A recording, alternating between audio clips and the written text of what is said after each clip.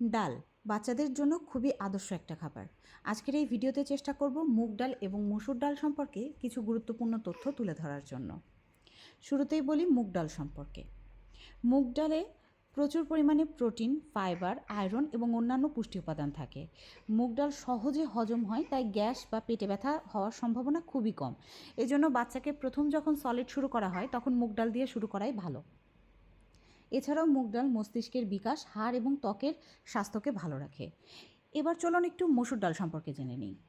মসুর ডাল হলো প্রোটিন এবং আয়রনের অনেক বড় একটা উৎস, যা হিমোগ্লোবিনের মাত্রা বাড়াতে সাহায্য করে, এছাড়া হজমে সাহায্য করে। রোগ প্রতিরোধ ক্ষমতা বৃদ্ধি করতেও মসুর ডালের ভূমিকা অনেক বেশি।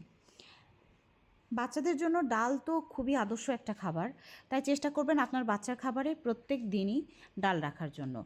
সেটাকে বিভিন্নভাবে দিতে পারেন, কখনো খিচুড়ি বা কখনো অন্য কোনো মাধ্যমে।